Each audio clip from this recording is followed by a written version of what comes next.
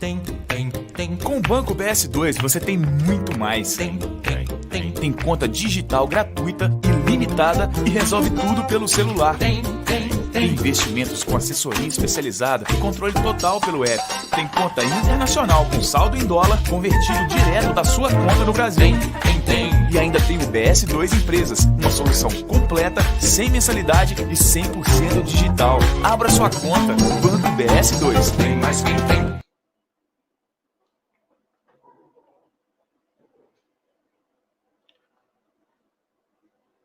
Olá pessoal, muito boa tarde a todos, sejam bem-vindos aqui a mais uma live do BS2 aqui em nosso canal. Muito feliz de estar prestigiando aí o acompanhamento de vocês aqui nessa live. Eu sou Rafael Bumbers, eu sou da área de investimento do BS2 e agradecendo aí a presença de vocês e dos nossos parceiros e participantes que nos acompanham nessa tarde. Antes da gente começar aqui o nosso bate-papo hoje com um convidado aí muito especial, eu quero te fazer aquele convite de você seguir o BS2 nas nossas redes sociais. Então, se você está aqui acompanhando no YouTube e você ainda não é inscrito no nosso canal, deixa eu te fazer o convite de você já se inscrever no canal, deixar o seu like, que a gente entende que é o seu incentivo para a gente continuar produzindo conteúdo, continuar fazendo essas lives com grandes profissionais do mercado financeiro.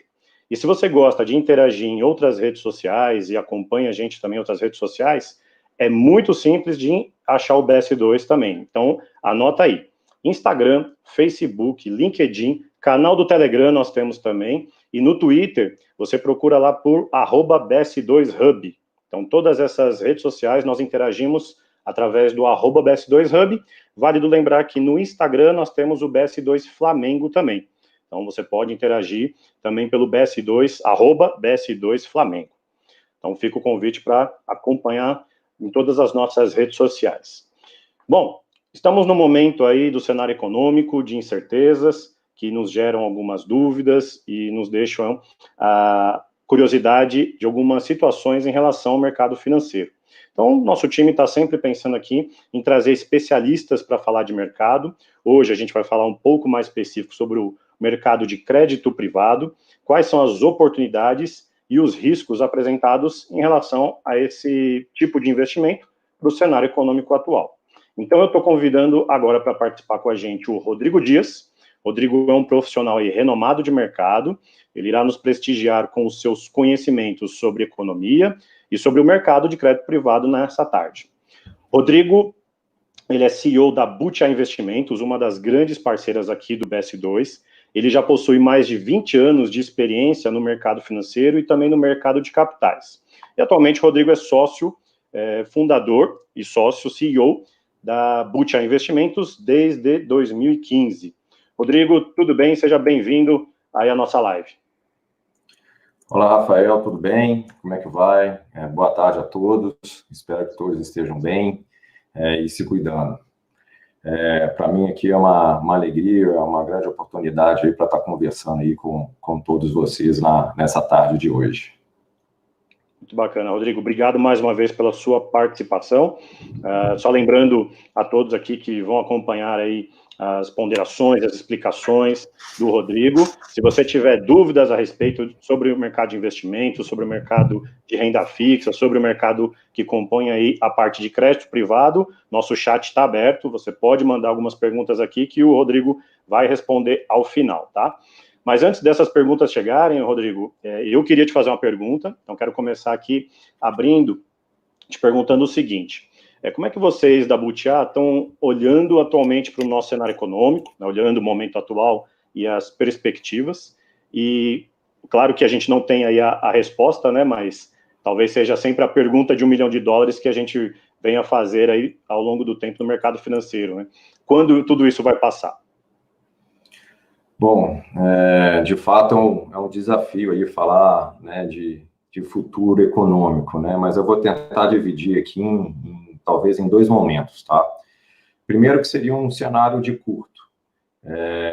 Do nosso ponto de vista, o cenário de curto prazo, né? Nós estamos bem negativos, né? Dando a pandemia que de certa forma nos forçou a fazer um isolamento social em quase todas as regiões do mundo. Né, o início da crise, né, ela foi gerada inicialmente através de uma crise sanitária, passando ali por uma crise, né, de escassez de oferta, até chegar, né, numa crise de demanda e serviço. Infelizmente, veremos um cenário de aumento, né, de desemprego já em curso e queda da renda.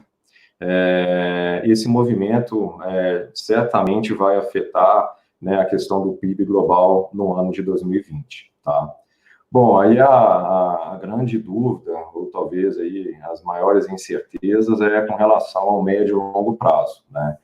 O que nós temos visto, né, e aí podemos falar que praticamente ao redor do mundo inteiro, é uma diversidade de medidas, né, de incentivos fiscais, né, inclusive o Brasil inserido nisso, né, a gente viu aí iniciativas em termos de preservação de empregos, flexibilidade, né, na legislação trabalhista, o governo tentando ajudar, de certa forma, até mesmo com postergação em termos de pagamento de serviços, né, essenciais, e até mesmo uma discussão muito forte em relação a alguns setores da economia que, de certa forma, estão sendo mais impactados nesse momento, né?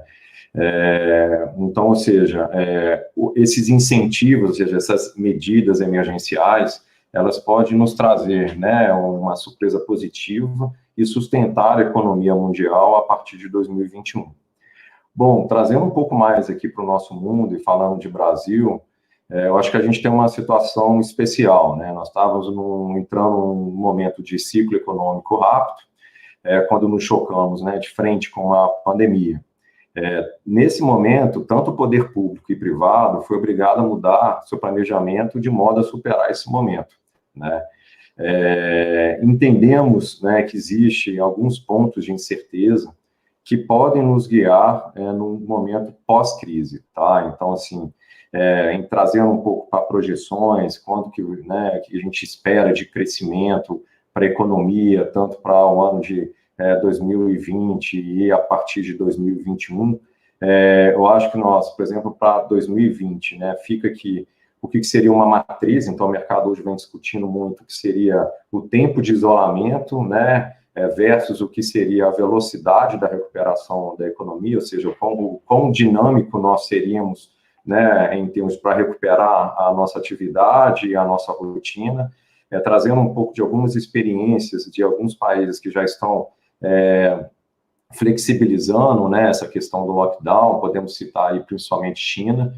Alguns setores da economia, como por exemplo shoppings, né, eles estão voltando com relação ao seu consumo no que era praticamente 50%, né, em termos do período pré-crise, tá?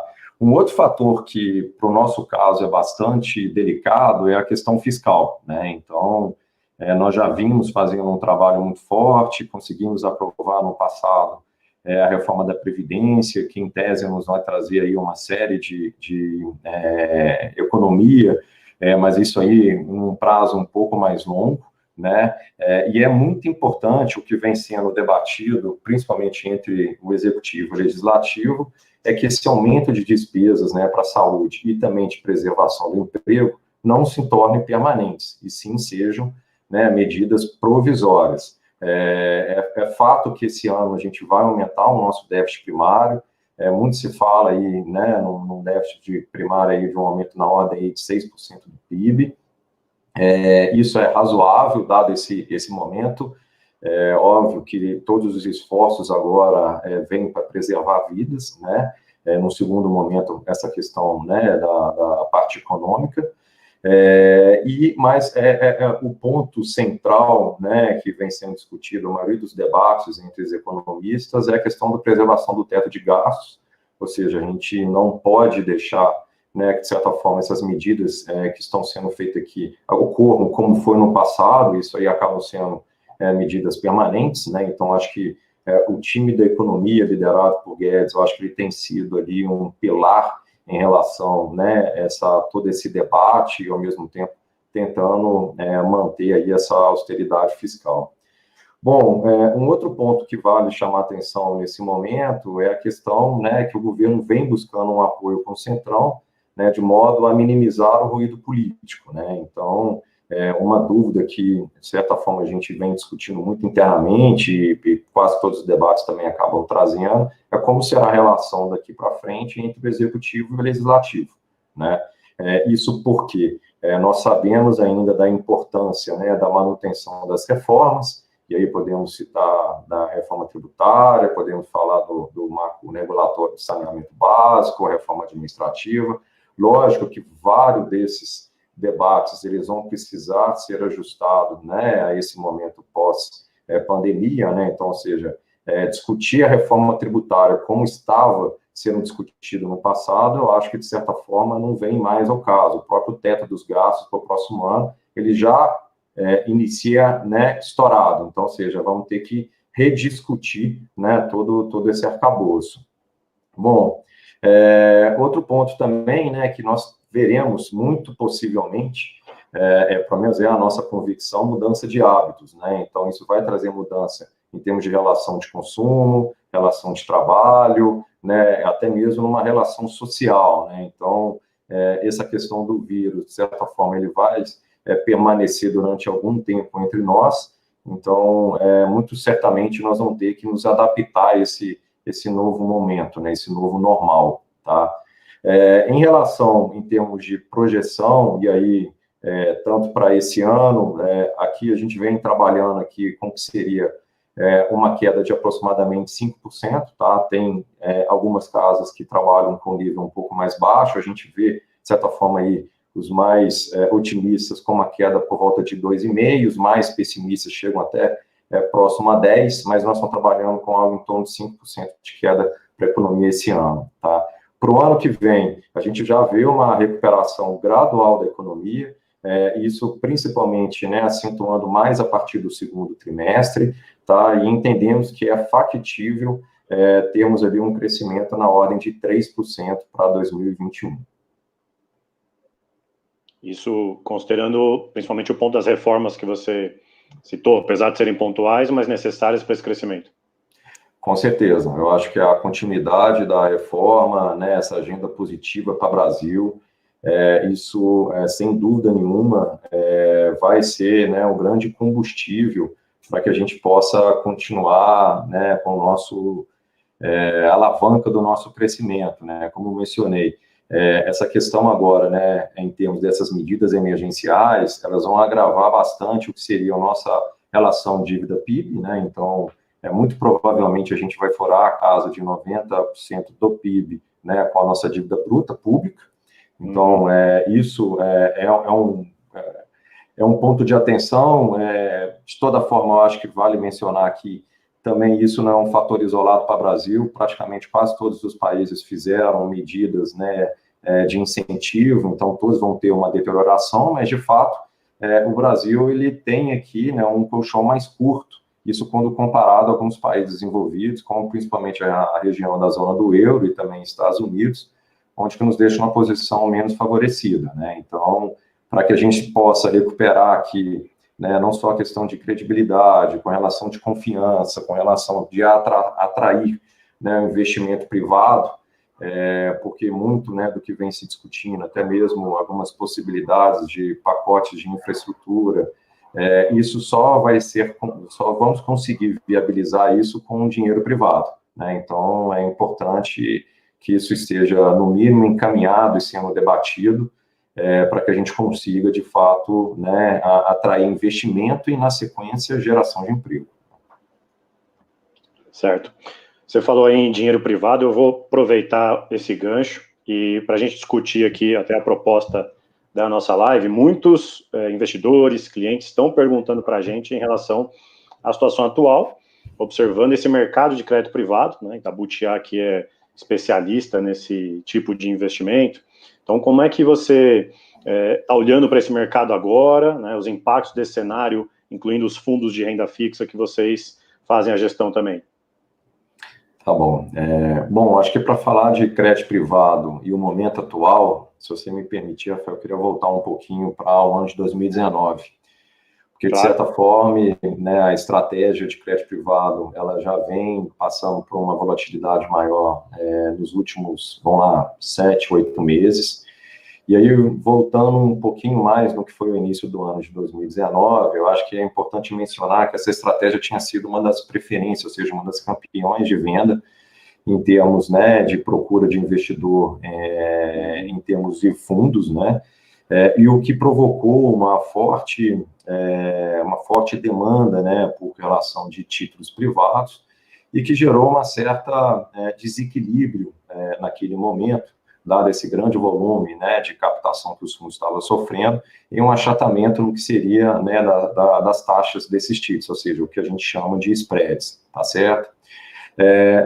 Mais ou menos ali em meados do ano passado, principalmente após, né, o Banco Central fazer uma sinalização de que ele poderia acelerar a queda na Selic, nós já encontrávamos fundos de crédito com um carrego, de certa forma, em níveis menores do que observado nos últimos anos, e fizeram também com que os investidores fossem em busca de um maior risco, né? Eu acho que podemos aqui mencionar a questão aí do crescimento de CPFs na Bolsa, né? Uma ida também, uma procura por fundos multimercados, ou seja, mandatos, né? Talvez que buscassem um retorno absoluto um pouco mais elevado. Naquele momento, esses fundos que eram, de certa forma, né, a preferência aí de boa parte dos investidores, que eram aqueles, vão lembrar um pouquinho aqui do fenômeno, né, que nós estávamos vendo aqui em termos de cultura de investidores. Alguns investidores vinham saindo de posições extremamente conservadoras, que eram poupanças ou até mesmo títulos públicos, e aí mais atrelados ao CDI, Selic, né, e buscando ali o que seria um pouco mais de alfa, ou seja, um pouco mais de retorno acima do CDI. E aí, então, esses fundos de crédito talvez tenham sido ali a porta de entrada para esse novo mundo, né?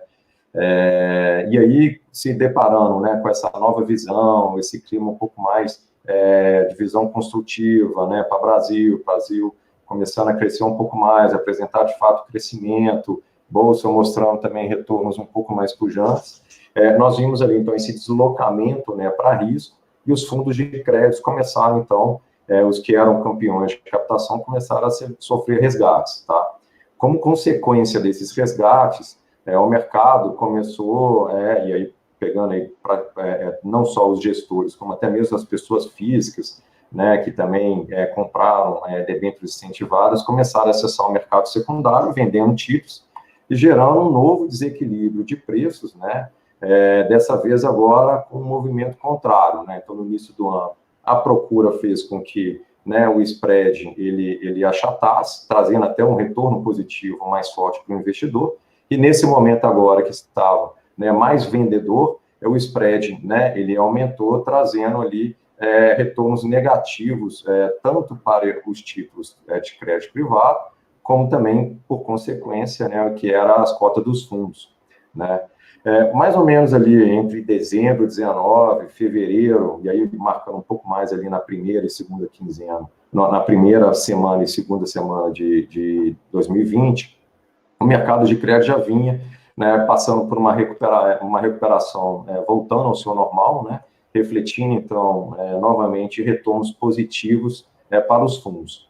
Bom, o mercado, né, naquele momento, imaginávamos que voltaríamos, né, a entregar o objetivo, né, da estratégia, quando se deparamos aí de frente com o coronavírus.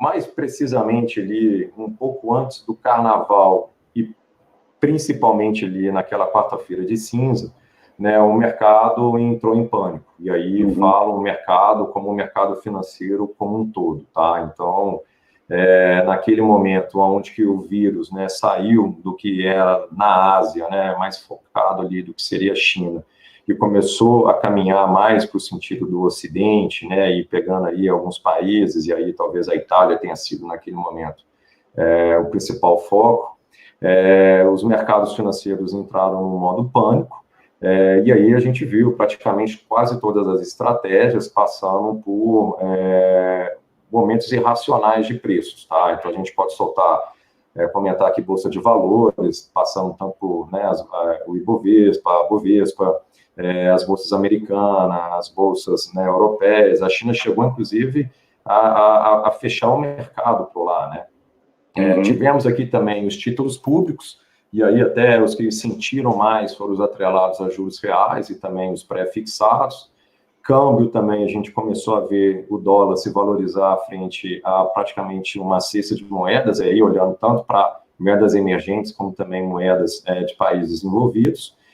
Commodities também começaram a ter, né, e aí podemos até focar um pouco mais ali para petróleo, né, então, com uma expectativa, né, que iniciou de uma demanda, né, por mais baixa, né, houve uma reunião da OPEC, numa tentativa ali, né, de reduzir cortes, né, em termos de produção, e isso não acontecia, então a gente teve uma segunda onda ali também de pânico, e aí o preço, né, do petróleo futuro ele também desabou, e não foi diferente também dentro do crédito privado. Então aqui praticamente eu corri aqui em quase todas as estratégias, onde que todas tiveram um impacto negativo naquele momento, né?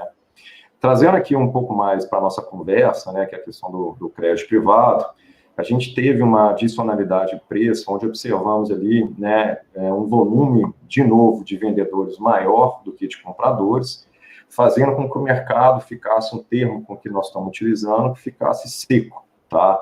Isso provocou ali, novamente, a abertura dos spreads, né, trazendo uma segunda onda de resgate nos fundos, já que em outras estratégias, como ações em multimercado, como eles tiveram um impacto inicial muito forte e mais rápido, os investidores optaram, naquele momento, por manter essas posições, até, obviamente, o impacto nessas estratégias já tinham sido muito mais profundas, né, e eu acho que aí é um movimento muito importante que casas como vocês, que estão ali no dia a dia, né, fazendo essa parte educacional para os investidores têm feito, que nessa hora é melhor, talvez, você não fazer nenhum movimento muito brusco, né, e aí entra, talvez, um pouco, né, da importância da diversificação dos portfólios para você ter uma reserva, né, de liquidez para momentos mais adversos. Mas, bom, voltando aqui, né, então acho que é importante destacar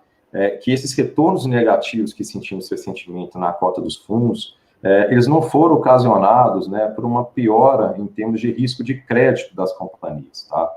Eu posso aqui comentar sobre as empresas, né, que possuímos nos nossos portfólios, né, nos fundos da casa, onde que nós fazemos, né, principalmente gestão de fundos de crédito com foco em empresas high grades. O que é empresas high grades, né? São empresas classificadas de baixo risco de crédito e também de debêntures incentivadas, que possuem também elevadas notas, né, de classificação de risco. Essa seleção de empresas, né, fizeram um excelente trabalho nos últimos 5 anos, onde que eles reduziram a alavancagem operacional e financeira, trocaram dívidas caras por dívidas de menores custos, além de terem alongado, né, seus vencimentos. Acho que soma-se a isso, a esse grupo de empresas, né, onde que possuem bons managements, possuem fácil acesso ao mercado de capitais, além de manter, né, em quase a sua maioria, linhas de créditos ativas com bancos, terem acesso também ao mercado internacional. Então, ou seja, todo esse pacote, né, ele faz com que essas empresas possam atravessar essa crise, sem uma grande deterioração no seu nível de liquidez, né? Obviamente que nós temos aqui alguns setores da economia que tendem a serem mais impactados, e aí podemos mencionar, talvez, né, setores do turismo, né, o setor, né, de aviação, alguns setores, né, mais cíclicos. Isso, obviamente, tem, né, um resultado, uma receita operacional um pouco mais, né, volátil, e, obviamente, que eles acabam sentindo em momentos de maiores incertezas. Mas, né, esses grandes grupos, as grandes corporações, elas tendem a ter uma travessia, né, para esse momento aqui, talvez muito mais facilitada do que pequenas empresas ou microempresas, né, que têm dificilmente acesso ao crédito, sejam porque, né, já estão devendo impostos, não têm, né, de certa forma, certidões negativas, que elas possam buscar até mesmo esses financiamentos com que o governo vem trabalhando, né? Um ponto também que eu acho que vale a gente destacar aqui é que nós, gestores, né, analisamos sempre o risco junto com a oportunidade, tá? Então, assim, dessa forma, o nível de taxas que as empresas hoje, e aí eu posso pegar, por exemplo, aqui, as empresas são classificadas como AAA, né, que é o mais alto nível de classificação de risco para empresas privadas, né, elas estão sendo negociadas no mercado secundário com taxas ali que vão de CDI mais 3% a 4% ao ano, tá? No nosso entendimento, isso traz uma total anormalidade, tá? E que a nossa leitura... É uma situação, né, fora do comum que você observa até em períodos anteriores, você resgatou 2019, a gente não via talvez esses spreads, esses valores. Com certeza, essas empresas eram... as taxas, né, de emissão delas estavam vindo abaixo do que era a CDI mais 1, tá? Então, assim, e isso acho que ainda vale mencionar que o CDI era mais alto do que o que nós temos hoje. Então, proporcionalmente, né, esse cupom, né, ou seja, esse spread, ele se torna, né, relativamente mais alto, né? Então, ou seja, isso mostra ali uma deterioração, ou seja, em termos de cenário, tá? Então, o que nós estamos vivendo hoje é um cenário de risco maior, e aí a gente pode mencionar algumas medidas de risco, como o CDS, que praticamente nós saímos ali de algo em torno de 90 pontos, isso aí trazendo para o CDS de 5 anos Brasil, para ultrapassar ali os 350 pontos, tá? Então, assim, isso mostra o sentimento de risco, né, com que os investidores, de uma forma geral, estavam enxergando, não só países como o Brasil, mas quase todos tiveram, né, esse CDS aí aumentando, tá? Só para comentar, para quem está nos acompanhando, né, que CDS é o título que a gente observa no mercado financeiro para avaliar a percepção que o mercado tem de risco em relação a uma economia, né, uma nação, né? Então, como você falou aí, foi um salto grande para o Brasil, claro que talvez saltou em todas as economias mundiais, porque a gente vive um momento sistêmico mundial, mas no Brasil, pelo que você está comentando, a gente observa aí uma diferenciação grande, né, nesse preço, nesse valor desse título, né, que a gente observa essa percepção de risco, e aí a gente pode caminhar também para a visão que você tem junto ao mercado de crédito privado.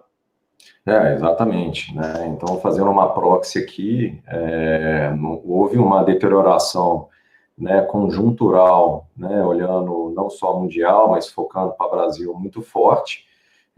De novo, algumas questões com que eu já mencionei aqui anteriormente, né, nossa capacidade aqui de passar por esse momento de incerteza, as limitações do governo em termos fiscais, ruídos políticos, isso tudo, de certa forma, vem, né, a trazer um nível de precificação maior nesse momento, né, e o que acaba refletindo em preços aí, até mesmo de empresas de maior qualidade, tá?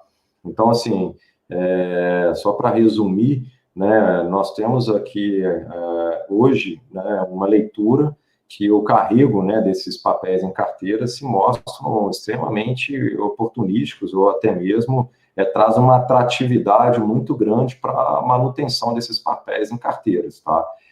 O nosso entendimento, né, ou seja, temos uma convicção bastante forte que em algum momento esses spreads deverão retornar para níveis mais baixos, né, trazendo aí uma contribuição de retorno bem acima do objetivo dos fundos, tá? Legal. Acho que a gente falou bastante, alguns termos aqui sobre o spread, especificamente desses títulos do crédito privado.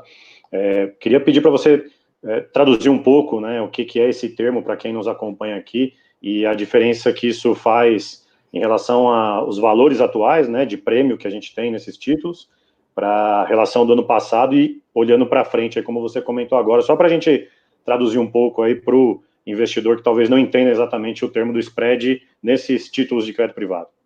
Tá bom.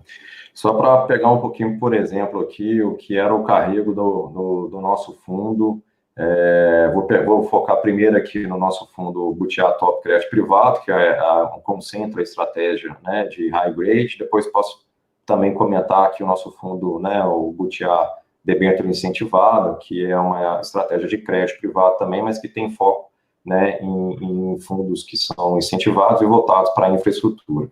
Começando com o primeiro, né, nós vínhamos ali com uma duration maior do que a gente encontra hoje. Isso aí, acho que é importante também trazer para o investidor, né? Eu acho que havendo uns sinais de deterioração, né, uma das estratégias com que nós adotamos foi uma redução da duration. Duration é o prazo ali da nossa carteira, né, isso do portfólio como um todo. Nós estávamos ali com mais ou menos ali 3,5 anos. Hoje nós estamos com uma carteira ali mais perto ali a 2,5, 2,6, né? Então a gente trouxe uma redução. Nós aumentamos o nível, né, também de caixa, né? Então, ou seja, de títulos públicos dentro da carteira. Nosso portfólio ele já tinha aqui o que era uma concentração muito grande em qualidade, como eu falei aqui antes, né? Se for pegar entre título público, títulos classificados como AAA e AA, hoje no high grade é mais de 90% de concentração da nossa carteira. Mesmo com uma duration mais elevada, nós estávamos com um carrego do fundo próximo ao que seria 115 do CDI, tá? Isso olhando o nosso fundo master. Quando a gente traz, né, agora para esse momento, que nós estamos com uma duration bem mais curta, nós estamos ali com o que seria, né, um carrego do fundo próximo a 160 do CDI, ou CDI mais 2% ao ano.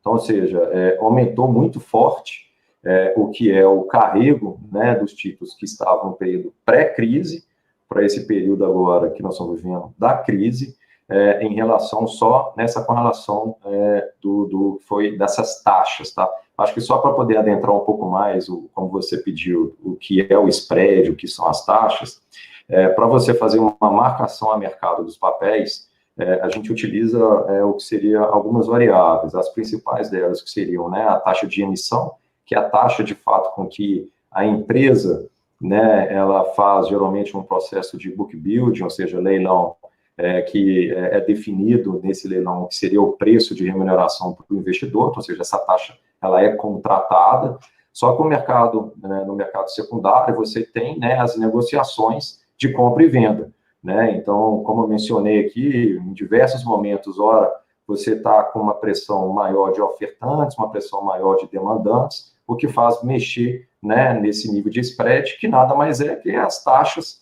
né, desses papéis. Ora, se eu estou com uma taxa, né, mais elevada, quer dizer que o meu preço unitário daquele título ele está menor, né, porque, de certa forma, esse título ele tem um vencimento, e se eu vou levar ele numa curva de taxa mais elevada, né, eu tenho que voltar, né, a essa taxa para o que é a formação de preço unitário dele, então esse título tem uma desvalorização. Então, nós negociamos taxa, tá? Então, assim, o PU, ele, de certa forma, ele vem por consequência no cálculo dessa taxa do título, tá? Então, só para dar aqui uma visão geral de como que essa questão da taxa.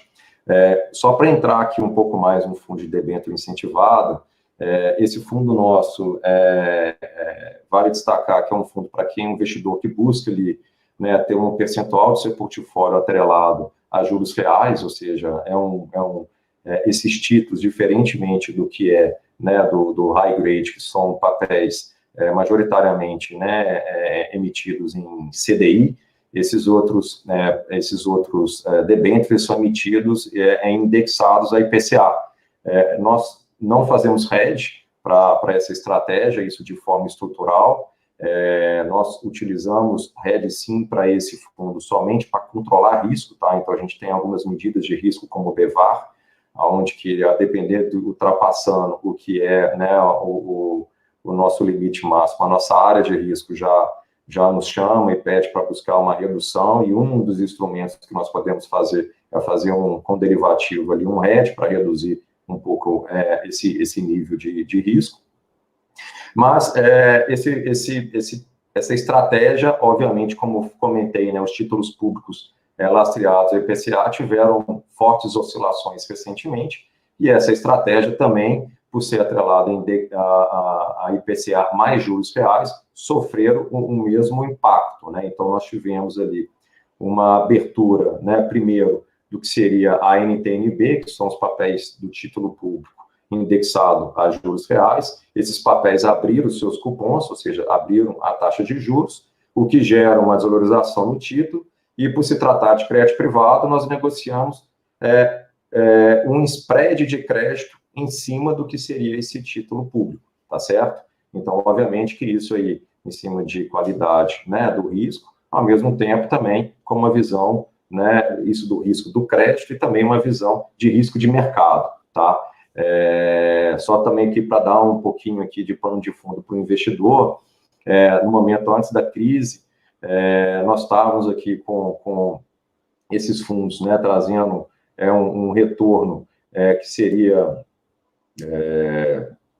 deixa eu até pegar aqui um número mais fácil para poder estar passando para os investidores. Nós estávamos hoje, né, nossa carteira está com o yield da carteira aproximadamente de IPCA mais 4,80 ao ano, e num período que nós estávamos antes da crise, nós estávamos com a nossa carteira IPCA mais 2,90, tá?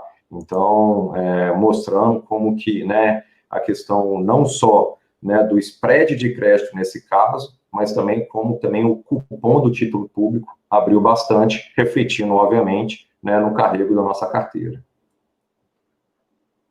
Muito legal. Bom, vamos abrir aqui, Rodrigo, algumas perguntas. O pessoal está começando a interagir bastante aqui no chat. A gente já tem umas perguntas aqui que quando você falava, eu fui pensando aqui. Então, o Cristiano está perguntando para você o seguinte: quero saber como está a PEC de aprovação no Senado para o Banco Central comprar títulos de crédito privado, né? A gente teve recentemente o presidente do Banco Central anunciando algumas medidas, e essa foi uma delas, né, para poder ajudar ao mercado aí na questão talvez das garantias que precisa em relação ao nível de risco para esse tipo de mercado. Então, como é que anda isso? Você tem acompanhado? Isso tem impactado também na gestão, na carteira dos fundos? Bom, sim, a gente vem acompanhando esse dia a dia. Era para ter sido votado ontem, isso na Câmara, ela já tinha sido aprovado, que está sendo chamada, né, da PEC da guerra, né?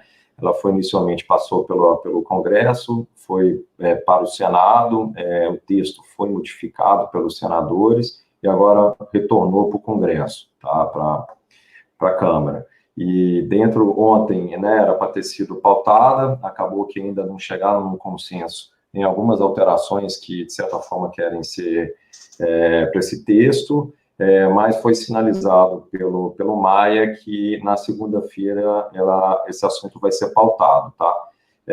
Bom, ele ainda não está trazendo um impacto, né, para a questão aí do mercado de crédito privado, até porque o Banco Central ainda não está autorizado a entrar e operar não só títulos públicos, como também atuar, né, em outros mercados, principalmente talvez para desinclinar a taxa de juros longa.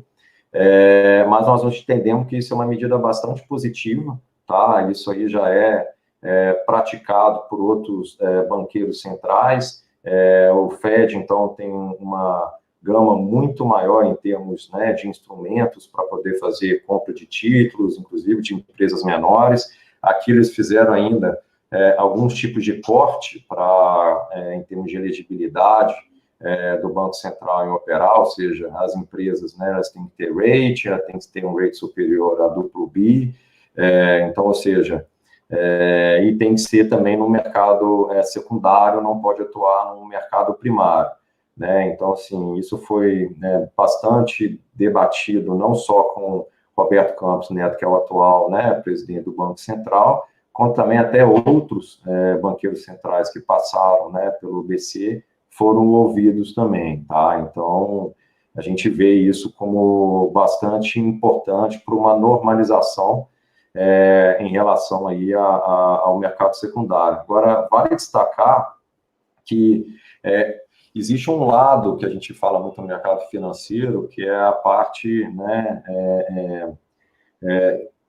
a consequência de você saber que um player grande pode já entrar no mercado, ou seja, aquele lado psicológico. Nós já temos visto a presença de players grandes entrando, comprando papéis, principalmente ali os de maior qualidade, de uma forma, assim, até bem mais forte do que nós estávamos vendo há algumas semanas atrás, tá? Então, isso já são movimentos, inclusive, de tesourarias de banco. A gente já vê aí também alguns movimentos de algumas assets, e aí pegando um pouco mais no mundo de assets de grandes bancos também, que talvez tenham uma postura um pouco mais conservadora, mas aproveitando esse momento. Então, assim, a gente já vê grandes players entrando nesse mercado antes mesmo da participação do Banco Central, tá? Que, obviamente, que na hora que ele entrar, e é importante também colocar que o discurso que o Banco Central vem tendo, isso aí para praticamente quase tudo, inclusive até para câmbio ele vem falando muito disso, ele quer entrar para comprar tanto título público quanto privado quando ele encontrar um mercado disfuncional, tá?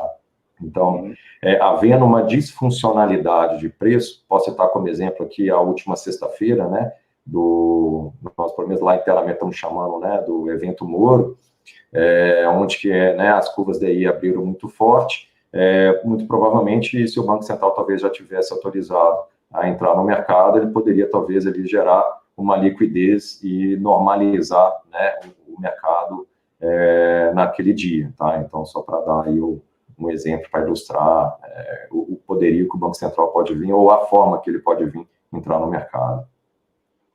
Legal. Só para esclarecer, para quem nos acompanha, né, que os grandes players que o Rodrigo está comentando são agentes do mercado financeiro, como bancos e suas tesourarias, gestores de fundos, como a própria Butiá, que fazem, então, esse acompanhamento e movimento de carrego do mercado, que é a compra desses títulos, observando as próximas expectativas em relação ao cenário econômico. Deixa eu aproveitar, Rodrigo, e te fazer outra pergunta aqui também, do Lúcio. O Lúcio está fazendo uma pergunta mais específica. Eu sei que você já comentou sobre o fundo de debêntures incentivadas, mas é válido aqui a gente fazer a pergunta dele também. Ele pergunta assim para você, no fundo de debêntures incentivadas, vocês estão ou não praticando reduções nos prazos de vencimento dos papéis em carteira, para não se expor demais à volatilidade de uma ponta da curva longa de juros? Se sim, se não, o porquê? Sim, assim como o nosso fundo high grade, a gente também reduziu a duration dessa carteira, tá? Nós estávamos antes do período pré-crise, a gente estava com uma duration próxima ali a 4,3 anos. Hoje o nosso fundo encontra com uma duration mais próxima a 3,8, tá? É importante mencionar que esse tipo de estratégia ela tem que estar alocado, 85% do portfólio é obrigatório estar alocado em debêntures incentivadas, tá? Os outros 15%, ele é flexível para o gestor, podendo comprar outro título, né, de crédito privado, como até mesmo uma debênture que não é incentivada, ou título público, seja ele indexado a Selic, ou até mesmo indexado à inflação, né, como as NTNBs. Nesse momento também a gente estava com caixa em NTNB, a gente tirou essa NTNB, trocou ela também por LFT, que é atrelado à Selic, né? E com isso a gente fez ali um momento de caixa, né, com menor volatilidade, e ao mesmo tempo a gente encurtou também o que é a nossa carteira. Eu acho que vale mencionar ainda com relação à carteira, e aí eu posso pegar os dois fundos, nós tivemos aí nesse tempo de isolamento social, onde nós conseguimos colocar 100% do nosso time trabalhando de home office. Nós fizemos aí o que foi aproximadamente por volta de mais de 150 conversas com empresas investidas na casa, né, onde que a gente aumentou muito a nossa vigilância, discutindo o que, né, as empresas estavam fazendo para a manutenção com relação da sua liquidez, o que seria o impacto em termos de receita, o que estava sendo discutido em termos, né, de corte de despesa, se teria condição de reduzir a alavancagem operacional, o que estava sendo feito com relação, né, à parte de dívidas. Várias dessas empresas, né, conseguiram acessar, não só, acho que o mercado de capitais, que isso deu as primárias diminuíram bastante, mas os bancos começaram, né, a fazer club deals e buscando, de certa forma, né, a totalidade, né, dessas emissões que essas empresas estavam fazendo. Então, assim, posso te dizer que majoratoriamente as empresas, né, com que hoje nós temos em carteira encontram-se, né, totalmente adequada para essa travessia que nós estamos passando, tá? Certo. Deixa eu pegar esse gancho que você comentou, e talvez não esteja claro para muitos, sobre a relação das debêntures incentivadas. Explica um pouco para a gente, Rodrigo, até pela diligência, que é o acompanhamento que vocês fazem, então, das empresas que emitem esses títulos, o que são as debêntures incentivadas, para quem está nos assistindo? Tá, as debêntures incentivadas, elas são, na verdade, um modelo, né, um instrumento com que o governo, né, ele soltou uma medida, tá, aonde que, de certa forma, uma lei, né, que essa lei, ela tinha por objetivo incentivar o que seria financiamento para infraestrutura aqui no Brasil, tá? Então, as empresas que tinham projetos, né, que pudessem ser classificadas nesse rol da lei, elas poderiam ser emitidas aonde que a pessoa física, seja ela comprando diretamente ou através de fundos que são enquadrados nessa resolução, elas possam, né, contar com a isenção do imposto de renda, tá certo? Então, são muitas dessas debêntures, ou elas são de empresas, né, SAs grandes, que de certa forma, né, principalmente vamos pegar empresas do setor de utilities, como o setor, né, de geração de energia, como empresa de saneamento, vou dar exemplo aqui, Copasa, CEMIG, e algumas outras, Sabesp, tá, empresas de grande porte, como até mesmo projetos, tá, que são SPS, que são desenvolvidos com um propósito específico, né, como, por exemplo, um projeto de energia de geração eólica, né, no Nordeste, e, de certa forma, ela estrutura, mas grande parte desses projetos, nessas debêntures com que a gente vem adquirir, elas estão, na maioria dos casos, associadas a grandes grupos econômicos, inclusive com que essas holdings, né, essas empresas acabam sendo também financiadoras, né, desses projetos, dando algum tipo de garantia real, né, ou alguma coobrigação com que essas empresas acabam tendo também. Tá certo. Mais uma pergunta aqui do Sávio Cerqueira, pergunta para você o seguinte: ainda vale a pena investir em renda fixa, tendo a consideração da tendência de queda da taxa Selic? Sim, no meu entendimento é que sim, principalmente porque eu acho que portfólio de investimento ele tem sempre que ser analisado, primeiro, né, o que a gente chama aqui de qual é o perfil do investidor, né, se o investidor ele tem apetite a risco ou não, ao mesmo tempo, qual é o objetivo do investidor, ou seja, é uma visão mais de longo ou de curto prazo, e em momentos de crise, eu acho que fica mais evidenciado ainda, ao fato da importância do investidor ter uma carteira diversificada, ou seja, você dificilmente, né, ou não é recomendável você ter uma parcela muito grande da sua carteira em ações, porque em momentos de forte oscilação, talvez você se vê, né, talvez engessado, você possa estar precisando para aquilo ali, para alguma emergência. Então, é importante mencionar que até crédito privado tem volatilidade, porque ele tem por trás ali também um risco de mercado embutido, tá? Então, é importante você ter uma carteira diversificada, onde que você venha buscar. E o crédito privado, ele é aquele investimento, né, que talvez carrega menos risco de mercado do que talvez multimercados e também ações, então, ou seja, ele carrega um nível menor e ele busca, obviamente, trazer, né, um retorno acima do CDI. Isso para uma estratégia, né, que eu comentei, de papéis high grades. Se for aqui, né, mais por debênture incentivado, mesmo sendo crédito privado, aqui você vai estar buscando mais o que seria juros reais. De novo, comentando aqui uma carteira do nosso, né, high grade, você tem um carrego com 90% da carteira sendo duplo A para cima, AAA, título público, sendo CDI mais 2, eu acho bastante atraente para esse momento.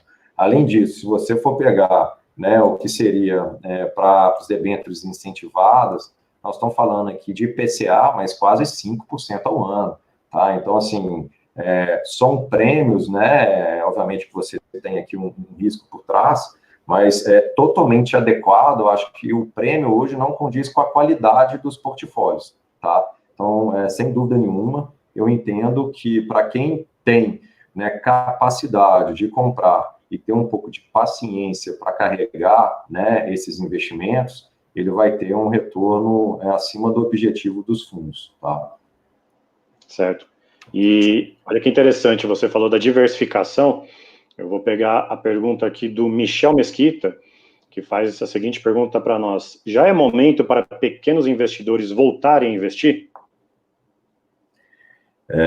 Eu acho que investir vale a pena a todo momento, e principalmente que eu acho que no momento que está todo mundo saindo, em tese você encontra preços interessantes, tá? Obviamente que a gente tem que estar sempre tendo cuidado, né, com o balanço de risco, por isso é importante a diversificação, a busca, né, se eu estiver falando aqui em termos de fundos, né, por gestores, né, que tem um bom histórico, e ao mesmo tempo, né, você estar sempre investindo te dá uma condição de você estar entrando em diversos momentos, né? Então, com certeza, eu acho que é importante e acho também que é um momento interessante, sim, de voltar de novo, né? Trazendo aqui cautela, não fazendo um movimento brusco. Esse momento não é para movimento brusco. A gente pode ter aí, né, um segundo momento aí, uma segunda onda, não só em termos, né, da pandemia, que isso aí é um risco real, como também aí podemos ter, né, um momento tendo uma correção, o mercado tendo uma correção técnica também, mas, sem dúvida nenhuma, em momentos de maior pânico, maior saída, você encontra preços interessantes. Muito importante, qual é a sua paciência e apetite a risco para manter essas estratégias? Porque volatilidade, nós ainda vamos ver, tá? Vai fazer parte ainda desse processo que a gente está vivendo, né, Rodrigo? Com certeza, com certeza. Certo. Mais uma pergunta aqui, ó. O David pergunta para você o seguinte: gostaria de saber se a aplicação em LCI e LCA estão recomendadas mesmo para esse período que vivemos de crise. Bom, aí entra de novo no caso a caso, tá? Nós aqui não atuamos tanto com LCI e LCA. Nosso foco aqui, a gente atua, né, principalmente em fundos de investimento, mas, assim, aí dando só um panorama, né, geral, eu acho que o mercado, nós estamos vivendo agora um mercado seletivo, tá? Então, até mesmo, vão lá para fundos de ações, como a gente tem na casa, nós estamos vivendo agora um momento de uma seleção de empresas. Não quer dizer que o índice, né, o Ibovespa, pode performar bem ou performar mal. Eu acho que tem que ser escolhido aqui qual vai ser as empresas que vão conseguir passar por esse momento bem. E assim eu entendo também, porque uma LCI e uma LCA, ela tem um lastro por trás desses títulos, né? Então tem que ver, de certa forma, o que está dando o lastro para esses títulos, se tem qualidade ou não tem qualidade, tá? Certo. Válido lembrar que a diferença, né, que a gente discutiu até o momento do crédito privado, né, para debentures e os títulos de high grade do Butiá que você comentou, a diferença são empresas não financeiras que emitem esses títulos para captação de recursos, e a LCA e LCA são aí as instituições financeiras que captam recursos no mercado com esses tipos de investimento, né? Sim, sim. Legal. Rodrigo, para encerrar, o que você pode, então, dizer para a gente sobre os fundos da gestão aqui, o multimercado e o fundamental, o fundo multimercado Excellence, da Butiá, que tem na plataforma do BS2, e o fundo de ações fundamental, que também está disponível na plataforma. Você pode comentar um pouco para a gente sobre essa gestão, sobre a ponderação do mercado que vocês estão olhando aí? Tá bom, ótimo. Bom, primeiro para o nosso fundo multimercado, né, que é o Butiá Excellence, nós estamos hoje, né, com o nosso nível de risco baixo, isso comparado historicamente o fundo, tá? Temos utilizado ali algo em torno entre 40% e 50% do nosso orçamento de risco. Isso por quê? Porque nós entendemos que existe ainda um nível de incerteza bastante grande pela frente, tá? O mercado também encontra-se em momentos bastante volátil, trazendo aí um grau de incerteza bastante grande para se tomar, talvez, alguns movimentos grandes e direcionais. Estamos vendidos na taxa, né, de juros curto. Isso porque, qual é a tese que a gente, de certa forma, preparou para essa alocação, né? Dada a inflação baixa e extremamente ancorada, na nossa visão, né, permite ao Banco Central não elevar a Selic no próximo ano, tá? Então, inclusive, para a próxima reunião, o mercado, né, projeta um corte, né, de 50 pontos, e na seguinte, mais 50 pontos.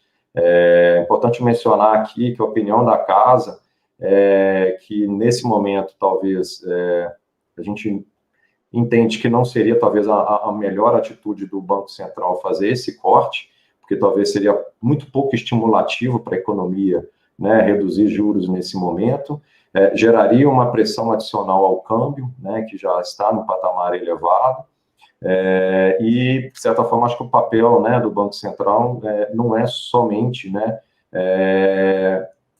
cuidar aqui, né, com relação da inflação, tá?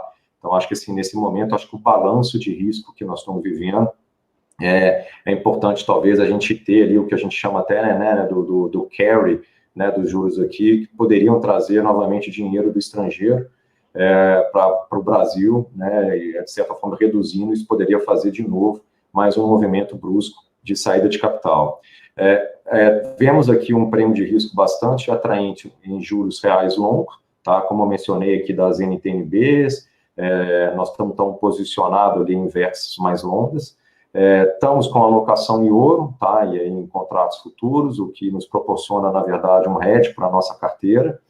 Estamos hoje com uma alocação muito leve, tanto em dólar quanto em S&P, tá? E nesse momento que teve o Ibovespa uma recuperação parcial, né, desde que atingiu as mínimas ali perto dos 60 mil pontos, a bolsa estava, né, negociada aí mais perto do 80 mil nos últimos dias, optamos, né, por zerar a bolsa direcional e estamos hoje comprados numa carteira de ações contra o índice, tá? Então é um movimento, de certa forma, mais visando um long short, tá? Isso aí para o nosso fundo multimercado Excelência.